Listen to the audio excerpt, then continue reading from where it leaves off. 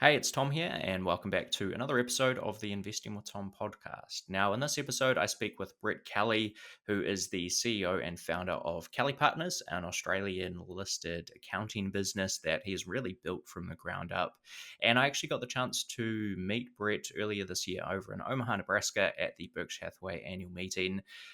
Brett was one of the very first people in line at something like 3:30 or 4 a.m. in the morning for the Berkshire meeting, and we were standing right behind him. So we got to speak with Brett and the CFO of Kelly Partners, Kenneth, at that Berkshire meeting, and we went away from that conversation feeling like we'd acquired an MBA in about a couple of hours. It was a great conversation with Brett and Kenneth, and I think you'll get a real feel in this episode for who Brett is as a person and as a business builder and leader. Now, I did go into this episode with quite a long list of questions about, how KPG came to be, how the business is structured, what future growth prospects look like, how Brett thinks about capital allocation. And I had quite a lot of audience questions kind of ready to go as well. But this episode ended up being a lot more about just business and life more generally. Of course, we talked about kind of the come up story for Kelly Partners, but it didn't entirely go in the direction I had anticipated. And I'm kind of happy it went in the direction that it did, to be frank. Now, I think a lot of people are really quick to praise successful business people, and Brett is certainly one of those people. He's built Kelly Partners from nothing to the place where it is now, and he's been a very successful business person as a result. So I think people are really quick to praise that, but they don't necessarily appreciate some of the struggles that can go into building those businesses, particularly early on. And Brett shares some of the struggles that he and his wife Beck kind of went through in the really early days of building KPG, and does actually get quite emotional at one point there. So I really do hope you enjoy this episode. A quick note before we get into it: I believe this is the very first time I've had a public company CEO on the podcast. So just bear in mind that this is purely for education and entertainment purposes only. If you're ever looking to invest in any company, whether it's Kelly Partners or not, please do your own due diligence and make your own decisions before obviously making an investment. But with all that said, let's roll the episode, and I hope you enjoy this one with Brett Kelly. Brett Kelly is on the podcast. Brett, thanks for taking the time to join me for this one. How's things with you? Mate, things are fantastic. It is always a great time to be an accountant if you've got a bit of energy. That's good stuff. I've got lots of things I want to talk to you about today. But I think before we get into it, I mean, we met in person earlier in the year in the line at Omaha, I think at about 4 a.m. or something like that. I know you've been a big Buffett fan for a long time, and you got a pretty good looking Buffett cut out behind you with the KPG hat on. So what was that trip like for you? How was the Berkshire experience? Oh, Tom, it was. It was good to meet you at 4 in the morning. I think we were the first there actually, and Just about. yeah, front door. Literally, I think we were the second there. That were behind two other people, which was great. Bright and early with Ken, our CFO. Look, great, quite an emotional experience, really. In life, people are either examples or warnings. And, I was very lucky at 22. I lost a job. So I'd started at Pricewaterhouse at 18 as an undergrad accountant. I then joined an investment banking corporate advisory. It was the top independent corporate advisory group in Australia at the time. And I lost a job. I was told I didn't fit in with other people, which is probably true. And Dad gave me a couple of books, How to Influence and Influence People, Think and Grow Rich. Interestingly, later after promoting, those books in terms of the role they played in helping me, get out of this tough situation, I did the Dale Carnegie course. They gave it to me for free, and I was reading. I first read Philip Fisher's book of Common Stocks and Uncommon Profits when I was, I think, 17 or 18, and it's that led me to Buffett because, um, um, he had written a comment on the book, or somehow a sort of breadcrumb trail took me there. But and Warren had said, like, hang around people that make you better. And when I lost this job, I read these books, read a book a week. I bought the whole Simon and Schuster self-help catalog of tapes, and I made a bookshelf, and I think it was hundreds of tapes. And I just listened to them continuously while I was working on my book.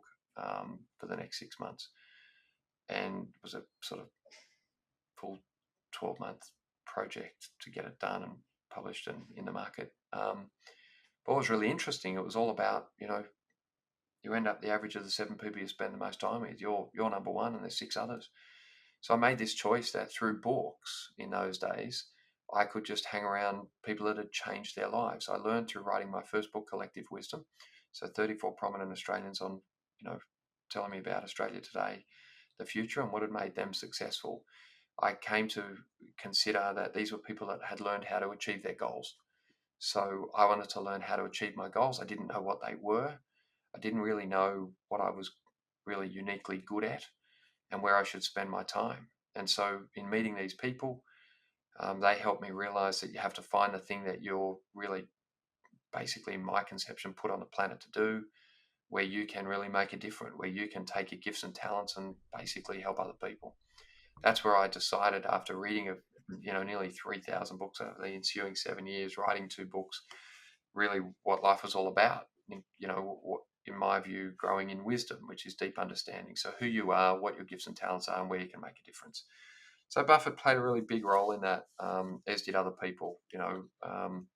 People like Mandela, Gandhi, etc. I wrote about them in my second book, Universal Wisdom, that had Buffett in there, and Nelson Mandela, Gandhi, Mother Teresa, just people that had found their thing and had done their thing to the best of their abilities. And so Warren sort of met that criteria.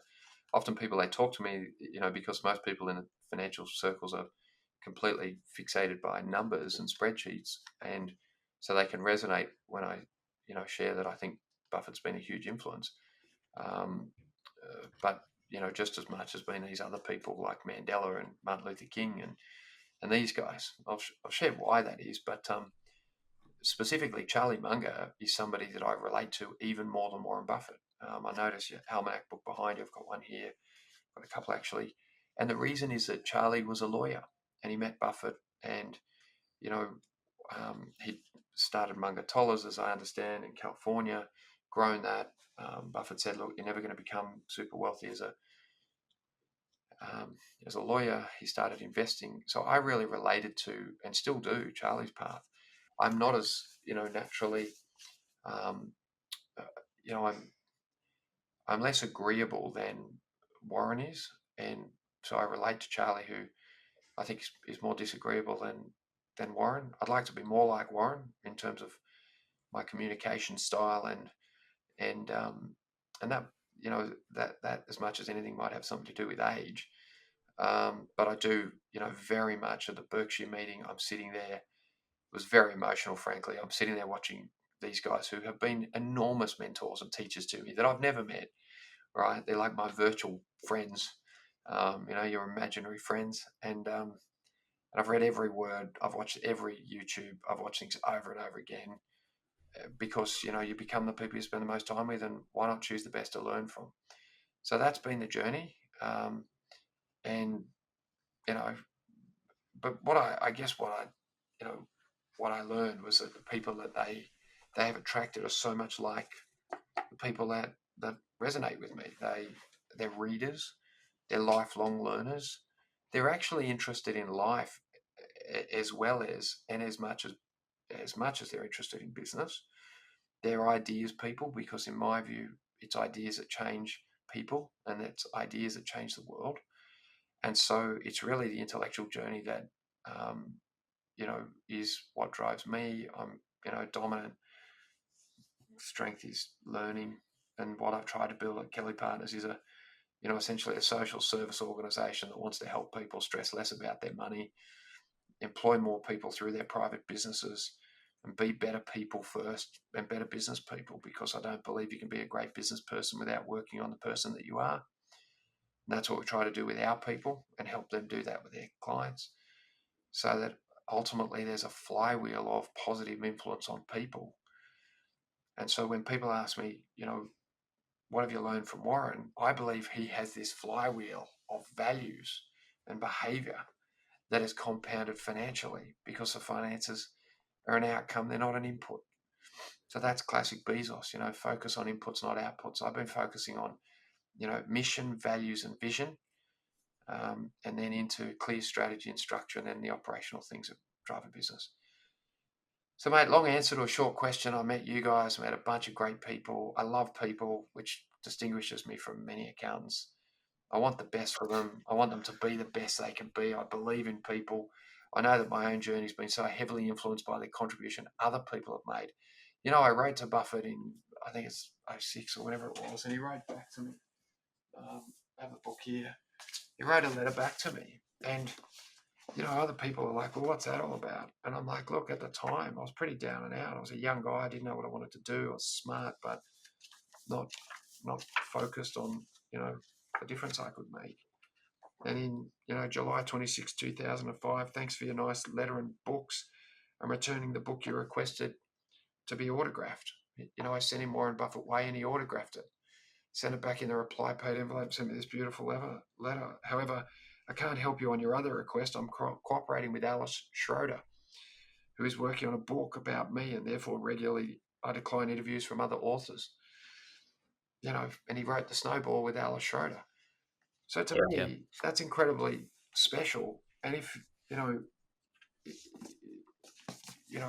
to understand my own journey, essentially, if I meet you and you're rude and you're not deep, you don't want to read, you don't really want to understand the business and who we are and what drives us, I think, well, Warren Buffett was very kind and polite and very gracious to sign my book, write it back, and, and put these words of encouragement, at the end of the letter. Good luck to you in all of your endeavors. So if he can treat people like that, then to me, that puts us all under pressure to behave better, to encourage other people. And often I've found in my own journey that certainly the people at the very, very top, that's how they are. And many others are peanuts who have a lot of commentary and not much grace. So, incredibly gracious to meet, to meet him via the letter, because to me that was a personal letter. It was amazing to get to the meeting, met so many people, but it was life-changingly special again. And the biggest thing I got, interestingly, was you can be amazingly engaged with your life and business for a long period of time, and the real return is the relationships, the standing ovation that he got when he walked on that stage from people that appreciate the way he's looked after them. And then I went out into the trade hall where I saw this grab bag of businesses. And at a hard commercial level, I thought to myself, wouldn't it be great to have a massive trade hall like this, where we're the permanent partners of hundreds of accounting firms globally, and that we can line them up in the order with which they joined us, and that they can tell their unique stories and the way that we've helped them and looked after them. And I don't actually need to go outside my circle of competence. I don't need to have cowboy boots and overland vehicles and, jets and SUVs and all sorts of things. I can just have accounting firms that I believe can make a massive social contribution in terms of helping people be less stressed about their money, be on top of their businesses, employ more people, and really essentially change the world, because 70% of private businesses, 70% of all Australians, and I think this is true in New Zealand, the US, the UK, Canada, most of the developed world, are employed by these private business owners who mortgage their houses, take the risk to take on the responsibilities of leading a business. So, mate, huge for me. Like, really could not have been more inspiring and solidifying in why the journey is worthwhile. It is very difficult to build a business, and it takes an enormous, 24/7, at least a mental and emotional commitment. I think that's not always recognized by people. We're not in this business to spin it up and sell it. We always wanted, built to last. Jim Collins built a 100-year business. What would be required to do that? We've given every person that's joined Kelly Partners since inception a copy of Good to Great, and raving fans. We're just trying to do something different. So, that very much helps to build that internal resource that you need to fight the fight and push on. It also gave me the global perspective of just what's possible at scale. And frankly, I got to meet investors of ours from Finland, Sweden, Switzerland, Germany, the UK, the US. It's like a little Kelly Partners meeting, which was pretty special. I was lined up for the run. I had my Kelly Partners hat on, which I'm prone to do very often. And a guy from Texas came and said, "Oh, you Kelly? Yeah, yeah." I said, "You look like your photos, so that's helpful." I said, "Well, to a degree." Um, he said, "Oh, I bought some stock. I love your company." And we had a 20-minute chat before the fun run, right? So, I'm in business because I love people. I really care about them, want to make things, better for them and their families and, people we interact with. And mate, we're never going to get that perfect. That's okay. We're not anxious about that because we accept that we're not perfect, not even close. We look at businesses like Apple and Walmart and Macca's and Four Seasons and Ritz Carlton and these Berkshire and think, well, that's a bit more like what perfect looks like, which keeps you humble. And humility is kind of the master of all virtues, and the only thing that's going to drive you to continually learn. So, I often get comments, you're too promotional about the business. I started the business from scratch. I sold every first client. Sold 750 grand's worth of new business in 3 months. If you walk past still today, I'll ask you, do you have a great accountant? And if you don't, you should join Kelly Partners. So that's kind of who I I am. love it. I often I get this sort of commentary. Brett drops names. It's true. I just talk about all the people that have taught me everything because I didn't do anything myself. Okay, I believe in finding great role models, great mentors, even people that have massive warnings and say, don't be like this, be like that. I just believe that you learn with and through other people. So, in the spirit of what I'll share, I'll just talk about what I've learned and who I've learned from because I don't claim to be the author of really any or many big ideas because I don't think there are many. I really just don't think there are many massive ideas. So I feel like we're all co-authors of the good things we do. Very cool. Yeah, I echo everything you said about yeah, just what it was like to be in that, in that arena, I guess, at the Berkshire meeting. The atmosphere was just unbelievable. I don't know if that's what it's like every year or whether it's because it had kind of been a couple of years with COVID and everything It's between people sort of amazing, getting together. Yeah. Yeah, Tom had confirmed what I've always believed. People are more similar than different. Their DNA is the same. Everywhere in the world, there were people in that room from everywhere in the world, but they could recognize in this, in this pair, but in particular in Warren, somebody who's, determinedly focused on being who they are, run their inner scorecard, even when people give him a hard time and say odd things about them. He is odd, right? He's not the same as everyone else. That's okay. Thank goodness for that. But that's resonated cross culturally. There were people in that room from age of 10 to 100 from every country in the world virtually. So it just solidified to me that these, great businesses are an exercise in deep meaning around deep mission. What is it that you feel uniquely qualified or called to do in the world? What are the values that resonate with everyone? So there can't be many. For us at Kelly Partners, it's people for others, people that keep their promises, and people that know that teams can achieve more than individuals. They are just our big three. That's how we select our people. That's how we review our people. That's how we select our clients. That's how we select the community organizations that we get involved in. That's what animates the business. And so I've just been to the US. The average EBITDA in a US accounting firm pre-partner REM is 18%. The average EBITDA in our firm's pre-partner REM is about 45%. So these big ideas drive financial returns that are nearly 3 times the industry average. It's not some spreadsheet. It's not some trick. It's not some, funky Brewster business.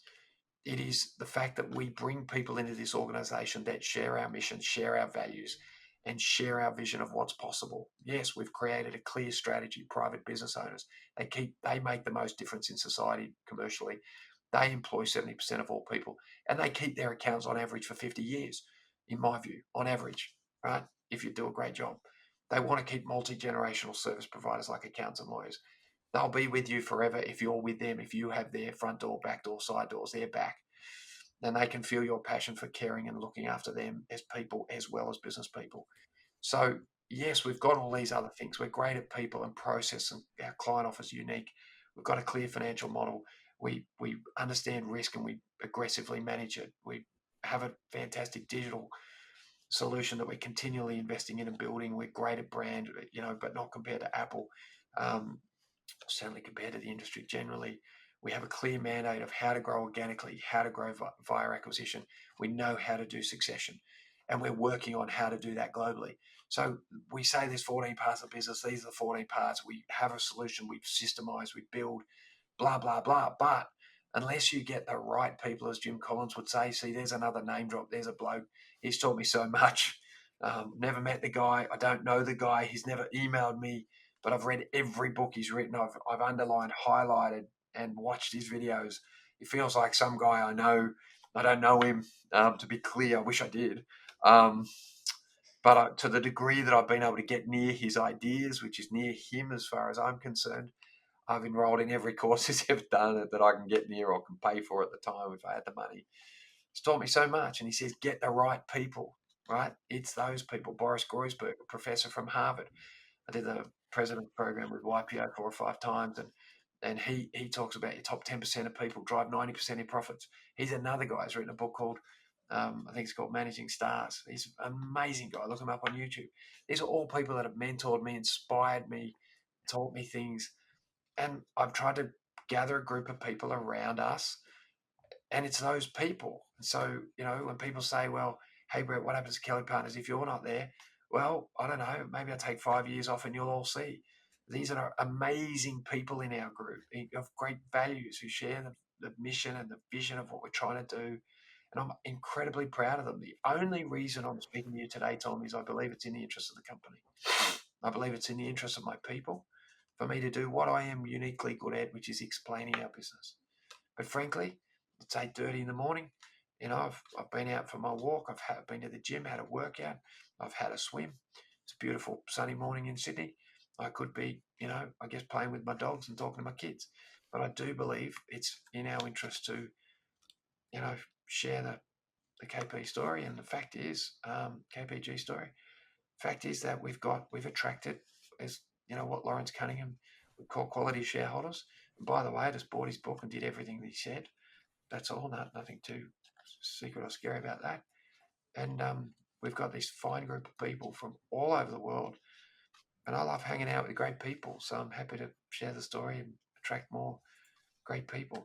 If the share price goes up or down in the short term voting machine, long term weighing machine, we're cool with that. We're okay with that. We're trying to build a really incredible business over a Yep. long period of time. Cool. And we should say Lawrence Cunningham, I believe, is on the KPG board now, which is very cool to see. Yeah, I read the quality shareholders newsletters. Tom, somebody in Spain sent it to somebody in the US who sent it to him. He read it. He researched the company. He reached out by email, said, would you like to have a Zoom? I'm like, yes, of course. Had a Zoom. We got on really well. He could see, he's got an academic background. He could see that really my conception of myself is that I'm just a student of life, trying to grow in wisdom essentially and apply it, execute it at a radical level. And that resonated with him. And, he's a wonderful guy. He's been a real mentor to me. And I'm trying to learn everything I can from him about Constellation in particular and Berkshire, how to do decentralization better, how to empower people to step up and grow the business, and how to be a better leader, a better person, Incredible. Yeah. Well, Brett, tell me a little bit about. I'm interested to hear about the very early days of KPG. I mean, your story's been out there about being unemployed, tracking down very successful people and writing a couple of books. I believe self-publishing it. Correct me Yeah, so if Tom, I I'm wrong lose my there. job. Yeah. I'll say it quickly for people, but just Yeah. lose my job. Didn't know what I wanted to do. Read 2 books. One said find people who've been successful. I found Hmm. 34 out of 80 prominent Australians. I was in outplacement with Morgan Banks in Sydney. I got the Who's Who little book, find all their addresses. Just anyone I wanted to meet. Rupert Murdoch, Kerry Packer. I never got to interview them. Paul Keating, Bob Hawke, John Howard. Just asked everyone. Jeff Kennett, H.G. Nelson, the comedian. These are all Australians. I wrote to them, I'm Brett Kelly, I'm 22, unemployed, keen to learn. I've got 11 standard questions. If you give me a time of day for an hour, face to face, I'll interview you, put it in a book, get it out to other young people, give a bunch of the profits to charity, which I did, and publish a book. I learned that everything you want to do in life, you do through a team. Everyone told me I was too young, no experience, no expertise, blah, blah, blah. Had no money, couldn't do it. I solved those objections with a team. I found people that had experience, expertise, that had money, that would help me. I raised the money. I've spent my whole life savings, $50,000 in 1997 on the book, because I believe learning was more important than buying a property. I could have bought an apartment, I think, for 199,000 in Balmain at the time. Anyone who knows what that means, it's worth over $1 million now. Would have got a 20-time return on that money. I've done better than that on investing in myself, as Buffett says, because I'd read Buffett. He says, if you're going to invest in anything, invest in yourself. And sorry to keep mentioning him, but that's where I got these ideas. They all say the same thing. All the people that done things say the same thing. Invest in yourself. Learn how to speak. Learn how to write. Learn how to do spreadsheets. Learn how to do marketing. Learn how to recruit people. Learn how to do everything. So I self-published the book, which taught me how to find a typesetter, find a proofreader, find a PR agent, find a distributor. I talked a distributor into distributing it. We distributed it. It was a best-selling book in Australia. I sold all the books in 3 days. I got it on the highest rating show in Australia, which was a current affair at the times, like Larry King in the US. And we sold all the books. So didn't know what I wanted to do. Did at that time hundreds of professional speaking engagements. I've now done, I think, about 2,000 of them over the ensuing years, which made me good at communicating, that story and, what we're on about. And I went back into chartered accounting. I believed I read this sermon from the 1800s, which, a lot of speakers, like motivational speakers, reference, called Diamonds Under Your Feet. I was like, why am I here? I'm in tax. I feel accountants don't care about their clients. They care about the technical work to the exclusion often of the clients. I did a master's of tax. I got my tax agents. I worked through 3 smaller firms. Those were private businesses where the owners were busy thinking about themselves, not about their people. My mate was stuck in a terrible partnership up in the Central Coast. His name is Scott Elwin. He still runs our Central Coast business. He's my longest serving partner. Really, the reason Kelly Partners exists was my wife and Scott. Scott came to me and said, Brett, help me get out of this partnership, start a business. You have 75, I have 25. We worked together for 3 years in Sydney. He said, you're great at running the business. I'll run the clients. I said, okay. So I helped him set up. This is March 2006. And Scott Elwin and Co. And off we went. It was going really well. My boss came back. He said, look, I promised this and now I'm offering that. I'm sorry, I didn't really do the numbers. I know it's different, but there you go. You've got a young kid. You need the cash flow. Tom, my son, was 9 months old. So you should just don't do anything silly and accept my offer. I went home. I told my wife, I said, listen, this is the 3rd firm in a row. These partners are disorganized and dishonest, and I can't stand dishonest people. Can't trust them. Can't work with people like this. I'm just going to get out of the industry. I'm so sick of it. And my wife, Beck, who is the co-founder of the firm, again, quietly, just so supportive. My dad was hugely supportive of me, and he died a few months before. Beck just said, Brett, you're great at what you do. People love being your client. People love working with you. Beck, I met working with me in a firm. She's like, you're really great with people and you're a great leader. Just start a firm like you did with Scott. And I was very reluctant. I said, Beck, I'm sick of this shit. I can't stand it. They're miserable bastards. I'm sick of it. She said, yeah, but you're not like that, so just change it. And Beck is an Aries, wakes up happy every day. So positive. So I'm thinking, okay, honey, if you're pumped about it, righto. And then a number of my best mates who I own my clients under my contract. I'd said when I joined, if I'll own my clients, if you make me a partner, I'll swap them in for equity. And people always wanted to hire me because I was very, very good at getting clients. And I just said, to my clients, they were like, Brett, I can't believe you don't have your own firm. And I'm like, really? I'm trying to do a great thing for my boss. And they're like, mate, you should build a business. You're great at this. And I was like, righto. And then, to be clear, I'd launched 2 books by this stage. My first book I launched at the National Press Club in Canberra with Senator Natasha Stonta-Spoyer, who wrote the foreword speaking about the book. This is the premier political forum in Australia and is the equivalent of the National Press Club in Washington, D.C. I launched my second book at the National Press Club with Malcolm Turnbull, who went on to become the Australian Prime Minister. At that time was a backbencher in the Parliament. Malcolm spoke about my book. You can look it up on YouTube. They're quite extraordinary things for a young person. When I look back now, I was 22 and 29, right? I'm 48 today. So I'd done some stuff, right? I'd met some people. I had the confidence of former Prime Minister saying to me, Brett, you're really great at this. Bob Hawke said to me, just do this book, Brett. This will change your life. And I was like, mate, my mum thinks I should get a job. He's like, well, look, your mum's probably great, but I'll help you get anyone you need. Imelda Roach, who I interviewed, she was the first Australian to buy out the parent company of a US company, right? And then Nutramedics, and then she sold that for 250 million to which is billions in today's dollars, to Sara Lee Corporation. She was the wisest person I met. She was like, Brett, like, you're an amazing young guy. Anyone you want to meet, I'll introduce you to. She met me. She helped me get some of the interviews. So I had these people who had told me I was okay, and I was in a bad place, and it means an enormous amount to me today. And I try, if a young person comes past me and says, "Hey, Brett," I try to help those people and just say, you're a good guy,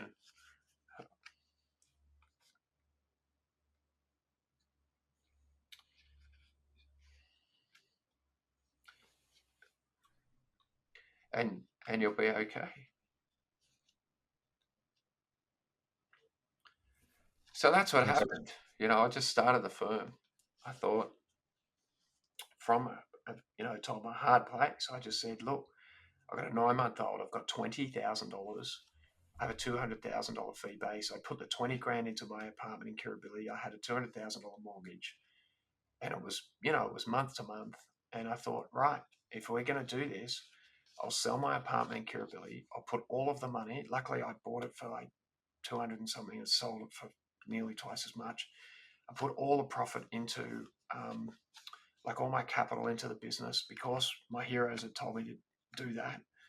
And I believed I could build a long-term like Berkshire style vehicle that I could compound my capital. And I thought, fuck it, I'll do my own deals.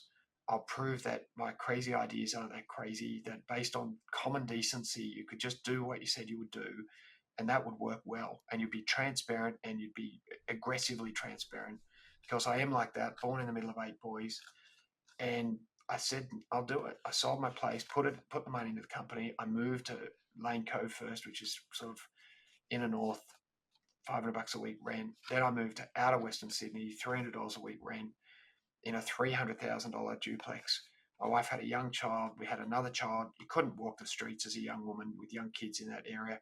It's like pretty, it's the second worst. We then moved to Oxley Park, which is next to Mount Druitt. It's the second worst suburb in Sydney.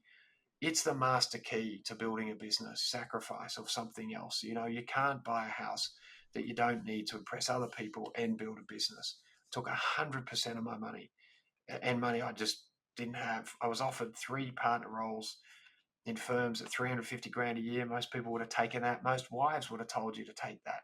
Beck's like, no, I believe in what we're doing. I would give Beck $100 a week. Say, please don't ask me for any more money. I do not have any more money. We had one car, a $6,000 Magna. I'd take the car every day. I'd leave at 3:30 in the morning. I'd get home at 8 o'clock at night, normally 7, have dinner, and then I'd work 8 till 11 in the garage. I would basically sleep 4 hours a night, get up at 3, give her Tom to feed, and have a shower and go to work. I did that for 5 years. I never took a day off other than Sundays. I never took a public holiday. I wrote all the systems. I built the critical activity network based on Porter stuff. What is competitive advantage? How do you build a unique set of activities based around key positions you want to own in the customer's mind, and then you systemize and duplicate. Front end Macca's, back end Walmart must be able to be duplicated in all times and places across all cultures under any professional services firm, but stay in your circle of competence accounting. There's a ton of depth. I could talk to you for 10 hours.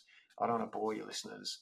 And it isn't about me. I gathered these incredible people: Scott Elwin, Ada Poon, my mate Craig Bullock, Joyce Owl,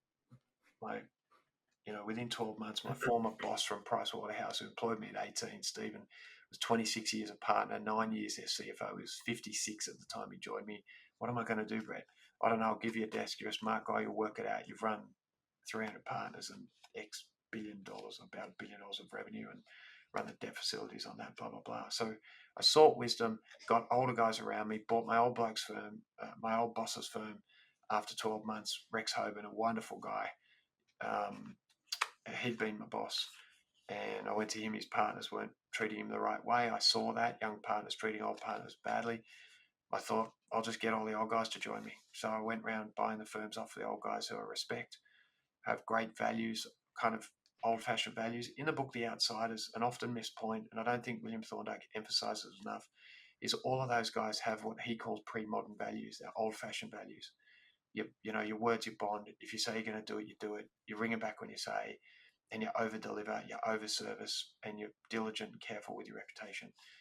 This sort of old fashioned bizzo, with a modern take on how to do service and how to be inclusive and how to make sure there's an egalitarian bottom up leadership style, that there's a real embrace of technology and systems and processes and what can make a difference. So take the old, take the new, get the yin, get the yang, blend the old guys like your Buffetts with your Steve Jobses, and anyone that's got a good idea, the best idea wins. So it's an intellectual pursuit. I say do Walmart, go and buy firms where no one else wants to buy them, and get big before anyone realizes. Put them all on a common platform of mission, values, vision, same strategy, the same 51-49 after the 75-25 with Scott.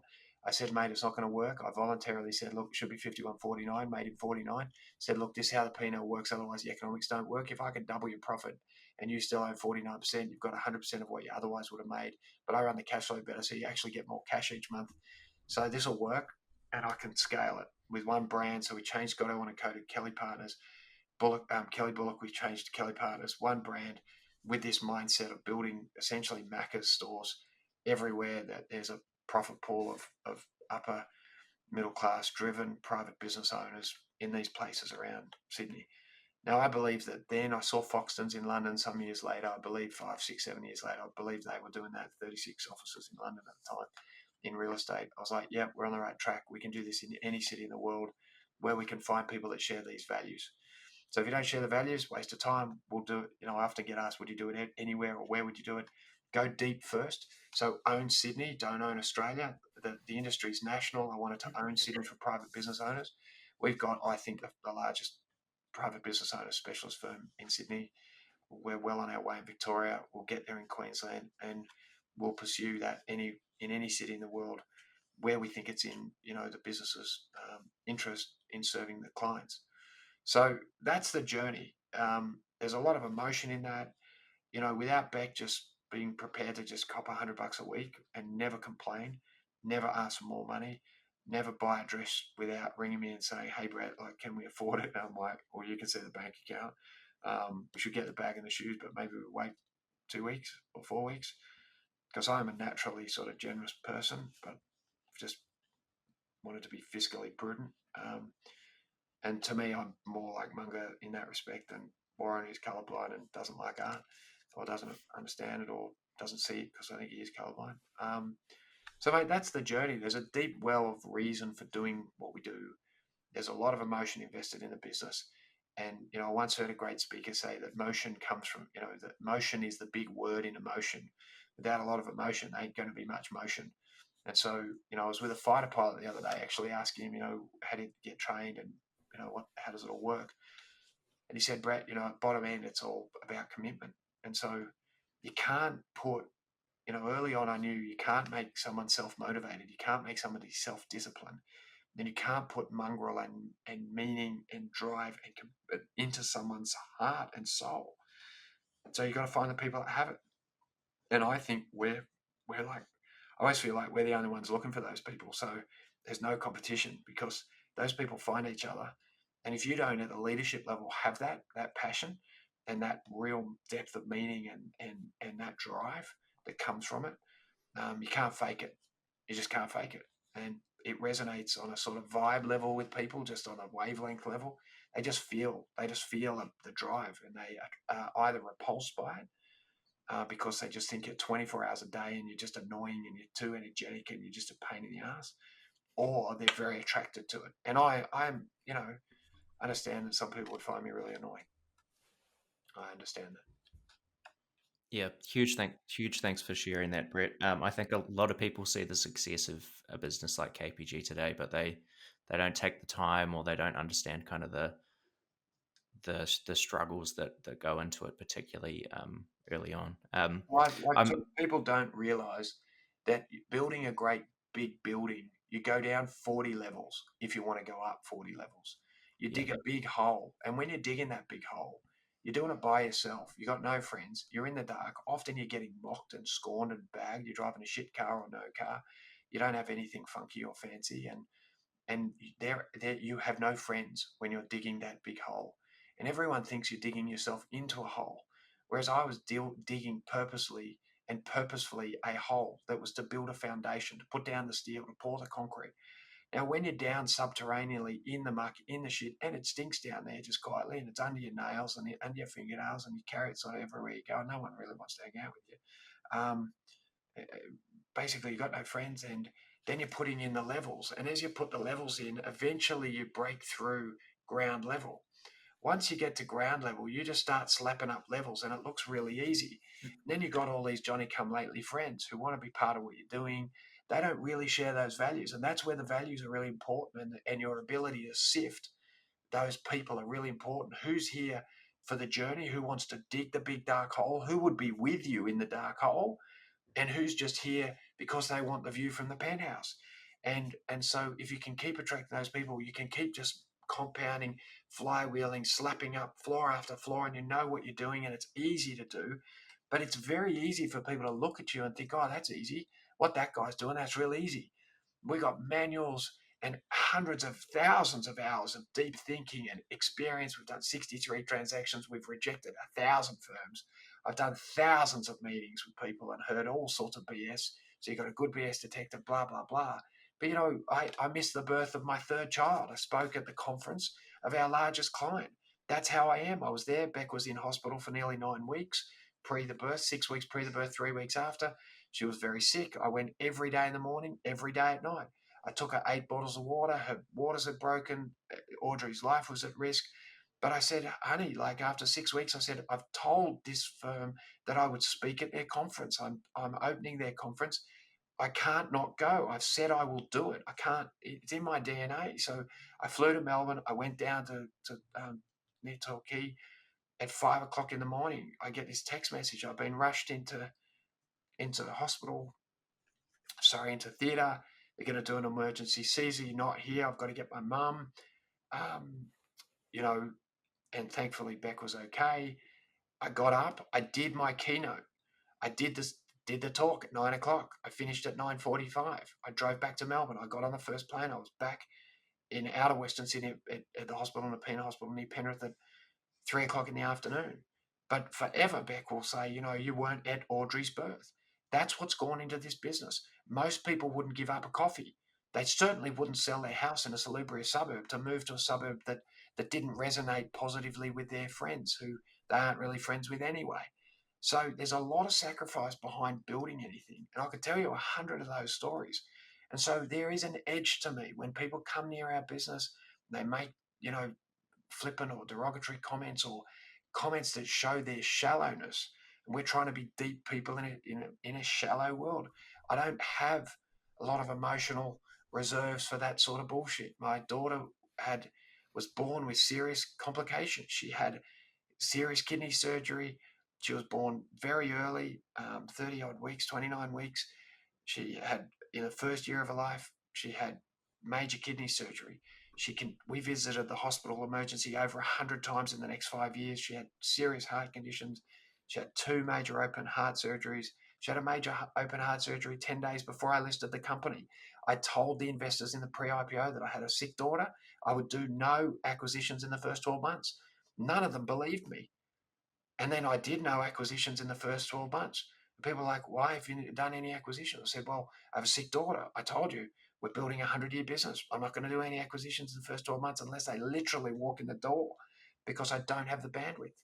But it's amazing people don't listen. I had my major shareholder, after they sold down, say to me, Brett, I can't believe you still own basically all of your stock. We thought you'd just sell out or sell down. I said, well, I said I wouldn't, but you don't listen. And just because you're in the spin the money game, I'm in the build an amazing business game. So when you're around people that don't keep their word, it's difficult for them to imagine that you will. I've always said that I'll maintain a controlling interest in the firm. In Australia, that needs to be more than 50%. I ultimately aspire to get a structure that allows me to have a Buffett structure, a dual class structure, so that I can keep control of the firm and make sure that I can be funded externally to the business, so that I can stop paying dividends and ultimately compound like Berkshire. So, mate, there's a lot to the business.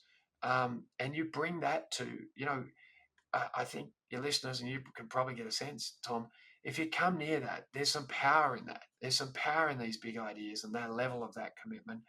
And it's actually that makes things happen. It's not whether we finance like this or our margins are like this or our blah, blah, blah.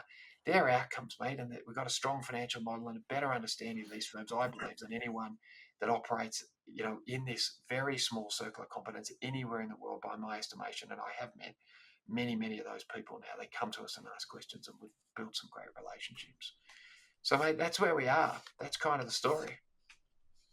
Love it. And I remember you telling us about the depths of the foundations in the Berkshire line. Actually, I'm not sure if you recall that, but Yeah. there were a few more four-letter words when you were describing it, as I Try recall to be in that polite, mate. example. Basically, the four-letter word I try not to use is busy, which I really find offensive. Every other four-letter word I'm okay with, but Yeah. I'm very direct by nature. I played a lot of serious sport, and I will swear about ideas, but I don't swear about people. Yep. Love it. Look, I'm keen to kind Basically, of. shit ideas, Tom. Like in our industry, I was a young guy putting up with the fact that our industry floats on what I call shit, myths, bullshit, wives' tales and legends. None of it tested by data. None of it tested against whether it makes people better off, whether it makes clients better off, whether it makes communities better off. And so it's a frustrating business to be involved, industry to be involved in, because the industry generally is very poor versus, your Apples, your world class Louis Vuitton, Moët Hennessy, Berkshire's, your very world class businesses. So you will hear the S word quite often from me. And I'll try in this discussion to keep it clean. No, you're welcome to communicate these ideas however you prefer, Brett. A couple questions on kind of KPG today. Can you talk me through a couple of things around Kelly Partners? What was the decision like to go public and list on the ASX? I guess what were some of the drivers behind that? And can you talk me through your partner owner driver model, how the kind of 51-49 Yeah, split let's split that works, down. and what the Let's a- split a- that. a- Why IPO? All right. sure. Our industry lives in the shadows. Often the big four and other businesses have involved themselves in behavior that wouldn't stand up to the light of day. And what I mean by that is involving themselves in work that doesn't resonate with the values of people under 40.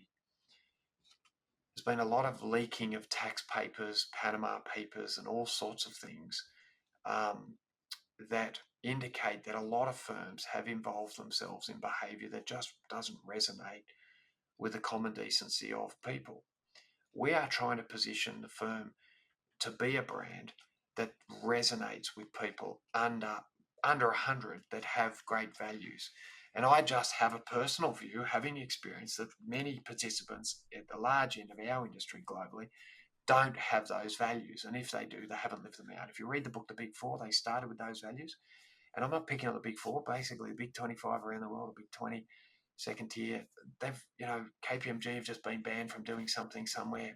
KPMG here in Australia they had grads cheating on their CA program, and they've been in trouble for that. It's just been a lot of systemic bad behaviour. Um, who audited Enron, etc. So we just are trying to deliberately not be that. We believe that presents a massive values-led opportunity in our industry. It's a bit zen, hard to understand. We wanted to go public because we believe that the way we run the business, we can do in public.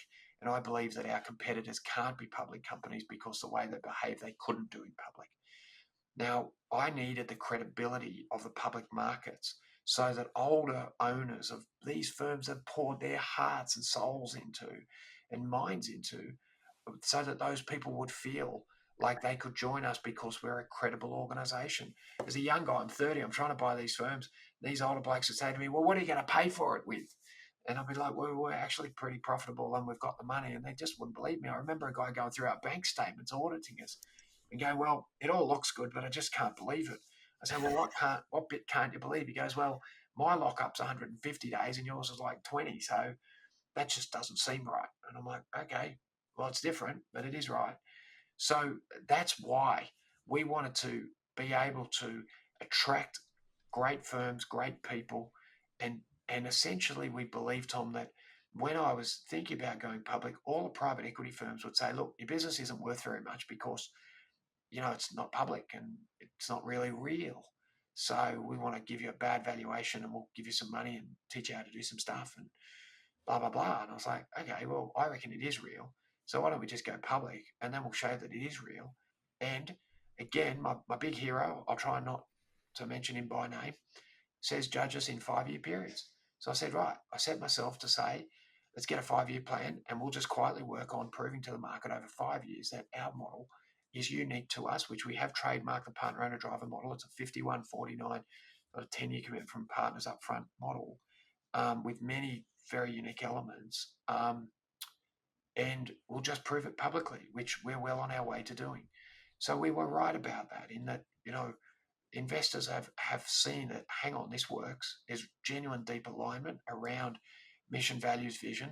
There's a clear strategy and a structure in the partner owner driver model that captures that strategy so it can be operationalized. And then there's a documented way of running these businesses that accountants frankly like. We have this thing called a central progress team where we centralize everything that an accountant doesn't want to do.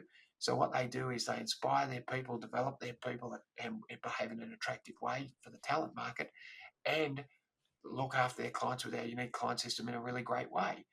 That's their role, be community ambassadors. They have 3 things to do. That's all they have to do. They don't have to run their IT. They don't have to run their marketing. They don't have to go and find candidates. We do their recruitment and send them great people to interview.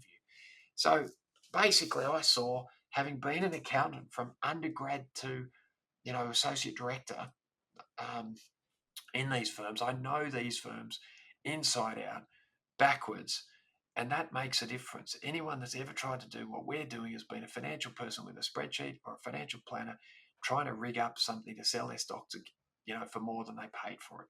They've been what I call promoters, not what we call founders. If you read a book by Bain and Co. called The Founder's Mentality and really study it, and then have a look at someone like me, you'll see some real resonance, because I read that book and I was like, oh, that's how I am. Right, I get it. I'm not like that. That's what is the difference, that those values. And then I've attracted people into these 51-49 situations who are founders by mentality. They come, they found firms. If they're in a firm, we step them up and we turn them into founder mentality owners. And we behave like that and we drive that accountability and we drive that behavior. And if you're not like that, you hate us and you'll never join us. And you'll run around telling everyone that we're weird and different and whatever, which is okay because we are. That's kind of indifferentiation. There's a big word. Everyone accepts that differentiation is important in a business. Well, the big word in the middle of differentiation is different, but many people are uncomfortable with different. So get comfortable with different if you want to have differentiation. And so you're going to be hanging around the weird people who are the founders that are different. Everyone I've met that's built a big business, they're different. And all the ones I admire, like I like Screw Turner, who built Flight Center. He's different. You read his book, he's different. Watch his videos. He's not like everyone else. And that's okay. Like, you don't want down to him in a business. But, without him, I don't think Flight Center would be Flight Center, right? And doesn't mean Flight Center doesn't operate without him. But someone's got to light the fire of the mission and the values and the vision, and kind of keep the flame, I think. I don't know. Maybe other people know better, but I don't think Berkshire would be Berkshire without Warren. And I don't think Apple would be Apple without Steve. But hey, Tim Cook's doing an even better job. I got to meet Tim at the meeting, which is extraordinary. Get a photo with him before 10,000 people trying to crush us, which is really cool. And again, very gracious, lovely guy, and quiet as to who we are and what we're doing. Ken, my CFO, got a photo with him, which is extraordinary. He's doing a great job of that business. So it's not, if you build a great business, you find a like-minded person, I'm sure they can help you grow it, So that's the partner owner driver. What's it all about? Well, we run partnerships, genuinely. We want owners, and we want owners because we know they're driven. We want to help them drive those businesses. It's a bottom-up model. It's not a top-down corporate. You change the world and you lead businesses Gandhi style. You don't go to, the big guy from England that's running your country. You get 1 million or so or more people to do the salt march with you. That's what you do. You lead from the bottom up with this mission, with these big ideas, and you say, hey, you want to be part of this? And then the driven ones, they want to be owners. They want to stake in that. They want to share. No worries. I want you to as well. How about we have a partnership? Now I bring me and our team. That's quite valuable. Methodology, insight, wisdom. It's acknowledged that we know how to double the profitability of a firm, how to reduce the working capital it uses by 2/3. We have a turnover of people in our business that's about 1/3 of the industry. We know how to, we believe, inspire and encourage and develop people to be the best they can be. It's not because we're rocket science, Tom, rocket scientists, Tom. It's just that we really think about it, and then we believe in this idea of sort of overwhelming action, like extreme execution, um, which is really what I'm best at. In that, if you give me a big idea that makes sense, it's going in the manual, and we're going to start doing it every day. Like, we read Cunningham's book on quality shareholders. The next day we did it. We fixed the website. We sorted out our owner's manual, made it clearer. We published a quality shareholders newsletter. And these were all things that professional IR for the first 3 years of the company had told me I wasn't allowed to do, right? So I just went, no, it's our company. We have to communicate in a way that reflects who we are, and we'll find the people that resonates with, and we'll confidently build the business and the quality shareholder base, people that want to be our partners forever, because we believe partnership's about forever. Now, in this partner-owner-driver model, if you want to become a partner at Kelly Partners, you have to sign a 10-year agreement. It's marriage, not dating. The reason we do it is we're trying to get the short-term, shallow people not to join us. We're not actually trying to tie you into anything. We're just trying to say, mate, if you're a long-term guy, come with us. If you're a short-term guy, go with the industry. No one has the gumption to try and mimic that, right? Sign here, 10 years. And by the way, if you leave in that period, it's very punitive. So, which we're not going to share the details with people, but it's extremely punitive. So if you don't want to sign up for 10 years, you better not join us, because we really don't want the wrong people to join, because it wastes time. It damages the culture. Bad eggs stink and they do bad things. So we have run the business by trying to get the wrong people not to join us. That's how we find the right people. This is Munger. Flip it, invert, right? And we're trying to get the wrong employees not to join us. We're trying to get the wrong, clients not to join us. I started the firm. You had to pay 50% up front. I'll give you a fixed fee, but you have to put money in my bank account before I start, because I knew I couldn't afford to go broke. I had an obligation to pay our people. And people went, well, that won't work. That's ridiculous. Well, here's the big news. It worked. The 200,000 of clients I had, they all agreed. They all signed. In fact, my first client, the first money that hit the bank, was a client that turned around with me and said, Brett, in business, only the paranoid survive. You're paranoid, you'll survive. And I don't want to write 2 checks. So I'll write you a check for 100% of my annual fee, which is $28,000. And that will help your cash flow. An extraordinary gesture, right? But that's what you attract when you stand for something. And so off we went with all these ideas that, in my view, drive deep alignment. We won't involve ourselves in a community organisation where the partners won't sit on the board, won't communicate, won't contribute their time. If you're not committed enough to go to the board meetings, put your time in, we're not putting our money in. So, mate, that's the drive around values. That's where the partner-owner-driver model comes from. Other people say to me, oh, well, other people could copy that. Good luck. You'd have to have the gumption to drive that over and over. You'd have to give up revenue. You'd have to give up the lateral hire partners who say, oh, I can promise the world, but I'm not signing that. My long term's 5 years. Well, that's fine. Let me call your wife and tell her that, right? Or husband. We just believe in these ideas, and they work, because as a young guy, I wanted to work with a boss that was interested in working with me for a long time. I wanted a boss that was committed to my development, that actually cared about me enough to make a commitment my way, such that I'd make a commitment their way. I believed as an employee I was more committed to making the firms I worked in better than the bosses I worked with. So I say to our partners and I say to our clients, it's not the employees, it's normally the boss. 99% of employees I've ever worked with or had work with us are more committed to their careers than the boss is committed to the business. That's terrible, right? The boss is out to lunch. He's out to his yacht. He's out to golf. He's not improving the systems. He's not improving the business. He's not staying current. He's not reading. He's not meeting people. He's not educating. So when we look at our client system, for example, Tom, I ask my clients to plan 12 months ahead their learning as well as their holidays so that they can stay fit and fresh. But I ask them to plan their learning because I say the fish rots from the head down. If you're not learning, you're not growing, your business can't grow. And then your people have to put up with your recalcitrant backward ways because you're too stupid to know what's going on. Talk to your children, find out the technology. Recently, I interviewed Shaquille O'Neal for our podcast. How did I get that idea? My kids, they're 17, they're 15, 10, they're really committed. They've got smart friends. And they're like, Dad, Shaq's coming to Australia. Did you know he'd done this, this, this, this, this? No. I start researching him. The guy's an extraordinary business person. I think an extraordinary leader, humble about the mistakes that he's made in his life and inspiring to other people. I pursued him over 9 days or 2 weeks.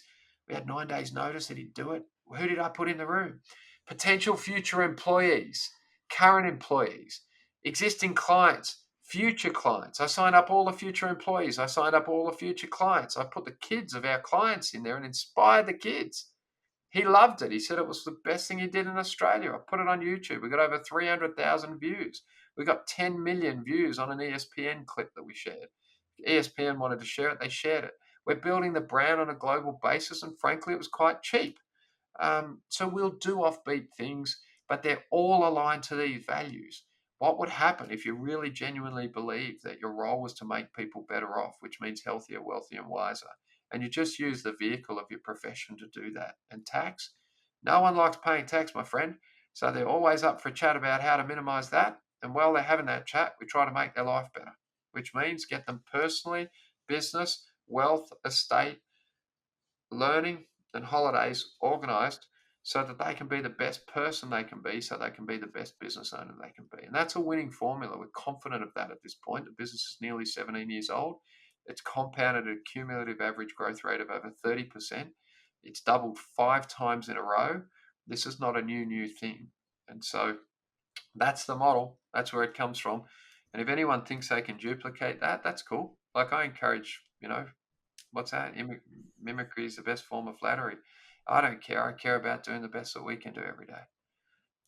Very cool. I was going to ask you about the Shaq podcast as well. I believe he's a shareholder now. Is that correct? Well, we gave him $1,000 worth of shares, Yeah. and then he asked me, could he get, I think, $1 million or $5 million if he landed that hoop. It was the only shot he took on the entire Australian tour.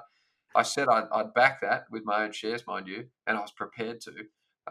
Thankfully, he missed, but yeah, I must look up whether he's claimed his shares. It might be a bit small fry for him, but That's great. he identified the mission that we're trying to solve. Yeah, love it. Couple of kind of questions on the structure of KPG. Can you just run me through? I mean, with the partner owner driver model, what do people actually? What do they buy and what do they own when they buy KPG shares on the ASX? And can you also just speak to how the debt is structured in KPG? I think that's something that often confuses people or catches them out a little Yeah, bit. it's funny. So let's think about the industry. In the industry, you have a firm. Let's say we do $2 million, you and I, Tom, and you own 50% and I own 50%. The result of that is that we're both in charge. We don't recognize our differences. We can't really have an effective splitting of responsibilities. And basically, you're part-time IT and HR, I'm part-time marketing and people. Nothing ever gets done. You do a shoddy job of everything, the clients including the firm. I have to work there as a young guy and think, what's wrong with these old fellas? Why don't they run this like a business? But basically, it's a partnership structure, and the structure means that 100% of the profit gets ripped out of the business. In fact, people live beyond their means. So when you make $1, you take 52 cents each, and the business is always underinvested in. In a corporate structure, you'd be able to retain profits, and theoretically, that would mean you'd invest in the business. I turned up and said, you need a 5149 so someone's in charge, because when someone's in charge, leadership can happen. What's leadership? Decisions get made. They get made fast. There's not a lot. It's not brain surgery. It's not like we're cutting the wrong part of the brain. We've got to make a decision. It's normally this or that, and we need to make them fast so that we can drive the businesses and inspire our people. In our system, you're, as a 49% partner, Tom, you're going to make decisions, because I'm going to come into the meeting and say, what are we doing, Tom? This or that. I'm going to the bathroom. When I get back, make a choice. I've never had to have a vote where I've had to vote my 51% on any partnership matter in nearly 17 years across more than 25, what's now 30 partnerships. So leadership matters, and that's the primary thing wrong with most firms, that they're not well led. When private equity guys said to me, "Why are your margins like they are?" We've got better leadership through a better structure, amongst many other things. Then what do? We say you're going to pay 6.5% of your revenue for our services, which is going to be everything running the firm except you running the people and the clients. You're doing some receiving and things locally, but basically we run the firm as essentially a managed service. You run the clients and the people and the clients in that order, and you pay 2.5% for IP. That means before the EBITDA line, we spend 9% of revenues making the firms better. And this is the thing that people miss most about this business of ours. So by the time we're splitting the EBITDA, you and I, we've already invested 9% in making the business better. None of our competitors are investing 1 cent in making the business better. They invest as little as possible so the partnership can make 100 cents, and then you and I take 52 cents each. That's the game. We invest this 9%. I believe that would compound the flywheel over time. Jim Collins talks about one side of the flywheel mission, one side of the flywheel fuel. You need fuel, that's the 9%. You need a mission, change the world through changing the business owners to help people be better off, to help them employ more people. Clear mission, clear fuel, and it's working. 9% of 80 million plus this year will be a big number, 7.2 million. There is no $5 million revenue accounting firm anywhere in the world that's spending $7.2 million a year making their firm better. When we buy into the firm next to you, you're doing $5 million, our firm's doing $5 million, but we put $7.2 million a year worth of resource under that firm. Good luck. You have no chance. You have no chance in the short term, and in the long term, we're going to grind you every single day. And what that means is we're going to out-employ you. Why would I work for you, underinvested bunch of schmucks who are taking 52% each, right, when they can work in a modern, driven organization that's reinvesting in their employment proposition first, in their client proposition next, in their community proposition, and flywheeling that to make people better off? That's unbelievably powerful. And we think quite unduplicatable, because to get partners to agree to that is impossible. You've got to prove that you can drive profit, which basically no one globally has been able to do. And so good luck. In the US, 18% EBITDA pre-partner M. If you pay them 10 or 12%, basically you're making 8%. If you paid 9%, you're making minus 1%. It's going to be difficult to solve for most people. We think we've got a 20-year jump on the world. We're going to keep doing it because we've got proven track record and consensus around that. So that's what that model is. Now, what does KPG own? KPG owns the 51, and our local partners own the 49. It's through a sub under KPG. When there's a special purpose vehicle. That's where the debt lives. The debt lives on the assets, on those local assets. There's no cross-collateralization side to side, so that one can't infect the other. And so, what's funny is people poke around, Tom, and they miss like the forest for the trees type of thing. They go, what about the debt? Well, our per partner debt is no different to the per partner debt. In fact, it's lower than what you'd be asked to contribute to a firm our size. If you go and become a partner in a firm doing 80 plus million of revenue, they're going to say, congratulations, Tom, sign here, and you've got to sign up to personally guarantee and contribute $400,000 plus of working capital. And they're going to basically stick that into working capital. You're never going to see it again, right? Our guys borrow on their equity. It's a goodwill partnership, and they pay off the equity. Once they own that equity, it has a value under the partnership agreement. The value is higher than the market value that they would otherwise get if they went down the road and sold it. It's deeply, deeply, deeply thought out. We're not sharing too much more about it because we really don't want to teach anyone else how to do it or really tell anyone much. But you can trust us that it works, and you can see the numbers. That's kind of the game. All I did was take my equity stake public. I own 51% of all these firms, and I went public because I believed that we could build a Berkshire-style holdco that would be the permanent owner of firms that these largely men over 65 had spent their whole lives building, that spent more time with this baby than that had with their actual baby, and they cared deeply about who might be the owner. I looked at Warren and said, I want to be the Warren Buffett of accounting. I want to be the first choice owner for the best firms, and those best firms are defined by those that share our values, that have founders, have partners that have spilled blood to build that business and really care about their people and clients and the community that they're operating in. Now, if they're just looking for a bigger check, we don't pay more than anyone else. They're just looking for money. We're not into the love for money business, right? We're into the love for love business. So that's quite a distinction your listeners can reflect on. And so, we're trying to find people that really want the best for others. That's true love, and want the best for our group and choose to join our group. So that's how it works. The debt is moderate. We pay it off. Our bit, which is paying off rapidly. You can see the principal that we pay off. I think we've got over 8 million of principal we pay off a year. And we do pay dividends. Theoretically, we could just pay all the debt off. But then at the moment, people say, why do you pay dividends? Good question. The debt is readily available, very competitively priced, makes sense from an asset allocation position, creates alignment, just makes sense. So, mate, that's the model.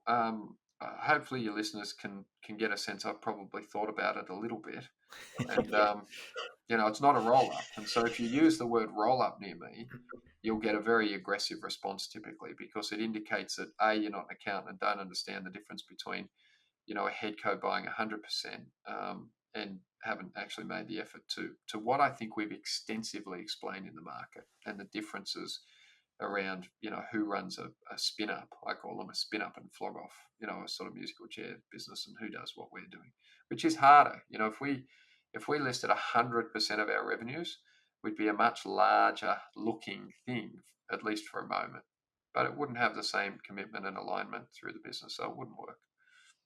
Gotcha. No, that's really helpful, Brett. I know you've got to run shortly, but I've got one more. It's a fairly meaty topic it's here to cover, but I'm keen for you to share some general thoughts at least. So, I know you're reasonably heavily influenced, as far as I can gather, by the book The Outsiders in terms of how you think about capital allocation, and Yeah, we love I've that book. also I think it's a work of genius. yeah, for sure. I don't know what took me so long, but I eventually got around to that one earlier in the year, and yeah, it's a good one. I guess the other thing I was going to say is I've also heard you mention that if you could ask Buffett one question, it was about whether KPG could pay a dividend. So just interested to Yeah, hear so I've general changed that thoughts one. on capital My allocation. answer, I get asked, would you like to meet Buffett? No, I don't think that's fair. He's a very old gentleman, and Right. I don't know how much time he's got left. I wouldn't ask him after he's taught me so much to waste time speaking to me. If he insisted, I'd just ask him to read our accounts and make comments as to how we could make them, even better from the WEB perspective, which would be incredible, right? So that's kind of a question I um, get asked a lot. So Outsiders is incredible. You know, what do we ultimately want to be? We want to be a global business that can solve this problem in 5 English speaking markets: Australia, New Zealand, the US, Canada, and the UK. We're working on that very diligently. And we think that using the Collins sort of first bullets, then cannonballs, we can buy a small firm in the UK and the US, perfect our model on a very small firm, and then build a team to scale that. We will self fund that. We will not need to raise material capital to do that, although we're open to doing that, to raising some capital. And we believe that what we're trying to do around brand, digital, and people is best solved on a global basis. And we think, I always, we made our Kelly Partners blue. That's the blue of Sydney Harbour.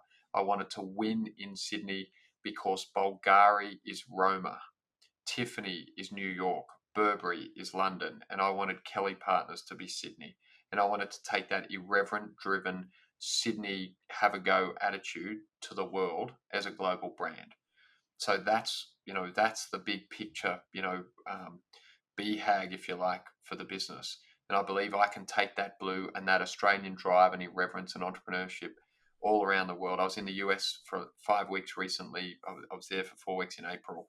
And every time I saw the Westfield brand and the Westfield centers, and if you read Frank Lowy's book, the founder of Westfield, and how they did the US, that has inspired us, and we can see them as an example of what's possible. And I'm sure if Frank had sat around telling everyone his big vision, they'd have all laughed at him, I'm sure.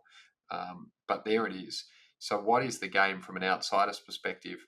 The best book I've probably read in a long time is the book on Warren Buffett's shareholder letters pre-Berkshire.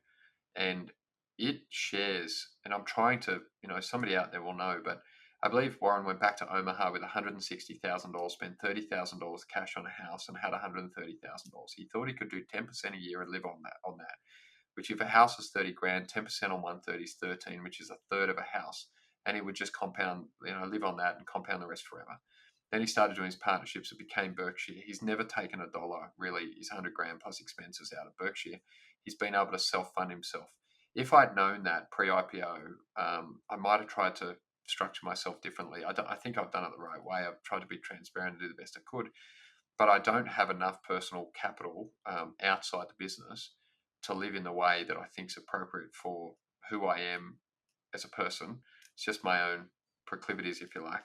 I recently was in Pasadena and drove past Charlie Munger's house. I went to Omaha and drove past Warren's house, went outside, and they have quite different homes because they're different people.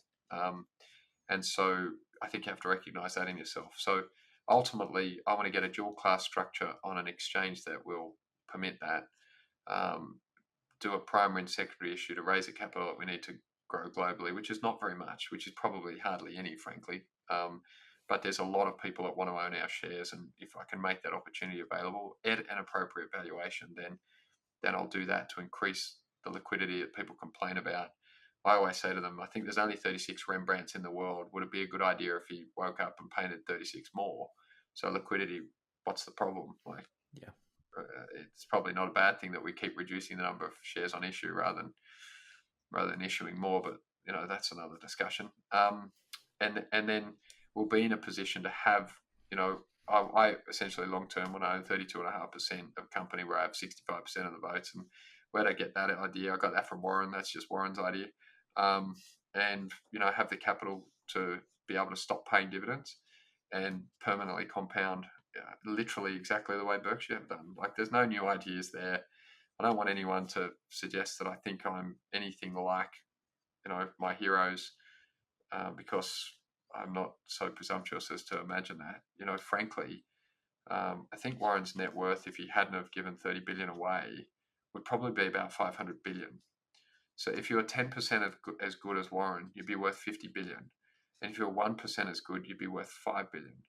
And if you're 1% as good as that, you'd be worth 500 million. So, hopefully it could be acceptable to people that if I aspire to be maybe 0.1 or 0.01% as good as Warren at compounding capital for a long period of time, then that would be acceptable to our quality shareholder partners and, just the peanuts generally who make silly comments if we tell them we've read a cool book that we think can change their life. Now, on the matter of a cool book, The Outsiders has a checklist, and there's a great book called The Checklist, which was written by a surgeon who realized that people were dying in the hospital because people kept leaving instruments inside them. So I founded this business on all these checklists of systems and processes because we do a lot of work with McDonald's and we've always been inspired by how good they are at systems. And so I'm a checklist guy, for better or worse, sorry, people. And so I love The Outsiders checklist. I ticked it off. I saw a lot of ourselves in what we're doing. We keep it, we mention it publicly so that you as a shareholder or whoever's a shareholder will hold us accountable. We'll say, well, Brett, if you're doing that, how does that relate to this? How do you reconcile those two things? And I keep that book right near me. And, this is a very substantially read book. And so if I'm having a moment and I'm trying to work something out, I can just go to my book and look and think, and sort of ruminate on what to do. You'll be interested, Tom. One of my favorite books is Toughen Up, Michael Hill's book. Michael's book I read in, I think it was 2009, and that's how I realized I needed to keep more than 50% of the book, more than 50% of the business when I listed on the ASX. And the reason is he told me to. It's in his book. So, basically, to improve our business from an outsider's perspective, we need to get a structure that allows me to keep control and stop paying dividends. So I've got to be able to fund my life and not pay dividends. And so I'm working on that. And ultimately we'll put something out. If it hasn't gone out yet today, we'll put something out about our plan to grow globally. And we've got an ASX announcement on that. And we're very seriously pursuing becoming what ultimately, as a group we want to become, and we believe we've got the support of our shareholders to do that. The idea actually came from the dual class idea, came from investors out of Scandinavia, which were like, Brett, will you sell me some shares? I know you're not going to, in Australia, if you can't keep control. And they're actually, I think, out of Finland, and they didn't realize we can't have a dual class in Australia. And they were like, have you heard of Carl Bennett, the Swedish guy? And they knew him, and they introduced us to some great guys from Lifeco. And it's, the best thing about being listed, Tom, is the people we meet. And they introduce us to these amazing companies around the world who teach us amazing things. So I talk to a guy who'd been at Lifeco for 25 years. He teaches us things. We meet you guys, meet all sorts of people. And basically, it's free consulting on our business. They just keep telling us how to do things better. And then if you're humble and crazily determined, um, you just take their great ideas and thank them and then do them. And then interestingly, like Michael Hill, I wrote a letter to him last year in lockdown. I started writing letters to thank all the people that had helped me, even though they didn't realize. And I just wrote to him and said, like, I really appreciate the book you wrote. It really changed my life. This is what I did with it. And he wrote me the most beautiful email back. Said, I'm 83. It's like a really special thing when somebody says thank you. Like that guy's kind of, done everything and owns the whole world type of thing. So, mate, that's the journey. We think, I'm often asked in the Australian context, dividends are great because they're tax paid and it's beautiful. I pay monthly dividends. As a group, we wanted to do that because I wanted to grind the idea that we've got great cash flow and we're really good at running the numbers and we can just pay you a monthly dividend. I've now got a groundswell of people who are saying, Brett, I think our ROE is over 40%. So they're kind of like, ROIC is massive if you know how to measure it intelligently. So they're like, why couldn't we leave more capital in the business and you could do more of that? I've never sold a significant by dollar stake in the business. So, I've got 3 kids and I've just funded us as we've gone. And so at some point I'll try and get myself even better set up, which I think will allow me to lead the business in a more expansive way ultimately, which will help us a lot. So final thing, I guess, from me is that we see a huge opportunity in the US. California is where we're going to target. It's the 4th largest economy in the world. It's just like Sydney, frankly. We've spent a lot of time and money and effort to get to know the industry. There's 10 to 15 times the opportunity. The number 100 firm in Australia is 4.4 million. The number 100 firm in the US is 44 million. The market's literally 10 to 1. The dynamics are the same. The average age that we can work out of firms is like 68, the guys who are trying to get out. The firms that by our analysis, in fact, cheaper. We think we can even achieve a higher ROE there than we can here, which is a pretty interesting reason to do it. And there's a lot of demand, frankly. People have been asking me. I've done talks like this with many, many, many people from all over the world, from Paris, from Malta, from the US and Canada, UK. And they're like, why aren't you here? And I'm like, well, let's just, one step at a time, make sure that we've got an ability to continually compound Australia in the way that we have, which is double it every 3.5 years forever. And can we build the muscle, which is really the team? Can we get the right people that share our mission, values, and vision, that want to be part of what we're doing and want to help us grow, so that ultimately we've got a seamless, in a global world, a seamless service to these private business owners who increasingly operate globally. No one else has that vision. I don't think anyone else is crazy enough to try and get it done. There's lots of global accounting firms. They kind of rent their brand and have these weird structures that I don't think actually serves the people or the clients. When I was at Price Waterhouse, they attracted me by saying we're a global firm and you could work in London. And when I wanted to work in London, it was actually easier to resign from the firm, fly to London and apply, than it was to get transferred. And that is still the case today because of the structure of those firms. Most of the second tier firms, pretty much them all, they rent their brands from each other and they kind of friendly but not really friends. They're certainly not family. And for a client, it's grindy. The clients are telling me this. There's a huge number of Australians in London, in Los Angeles. They're underserved or unserved. And, if we can do as I tried in the beginning, and with what we're doing at KPG, I said, look, I didn't believe we could be better, but I knew that we couldn't be worse. And so that is a way to try and stay humble and stay keen and stay driven and continually press yourself, to be the best you can. You know, you asked me about Shaq, Tom, and I did want to share with your audience that, I am pursuing a vision with my podcast now, which is called Be Better Off Show, to rather than just have really good guests, to do what I did with my first book, Collective Wisdom, which people can look up. I had 34 of the most outstanding people in Australia. I believe now that I can attract 34 of the world's most outstanding people to our podcast. And so that's why I did Shaq. I'm now after the world's most extraordinary people across business, sport, politics, the arts, or any endeavor, community, B Corps, whatever, that have changed the world, that have used their personal mission and values and vision to through business make an impact. So I'm asking some of the world's most extraordinary people to join us and talk about, the business of sport with Shaq. John Howard, the former Prime Minister, has agreed that'll be the business of politics. And you'll see some really interesting, extraordinary guests. We believe it's the cheapest, most cutting edge way to build a global brand. And we know that other firms can't do it because they don't have the background that I have in interviewing people and doing things. We got really incredible feedback on the Shaq interview. And if you have a keen eye, you'll notice that I interviewed him in the format of our sort of financial advice system. So, that's kind of some of the exciting things. I don't really talk much about this stuff publicly. I don't want anyone to, pump up the share price. I'm not a promoter. I don't really give two hoots. I want it to trade at intrinsic value. We do have a very strong sense of what we're doing, and we're confident that we can execute over a long period of time.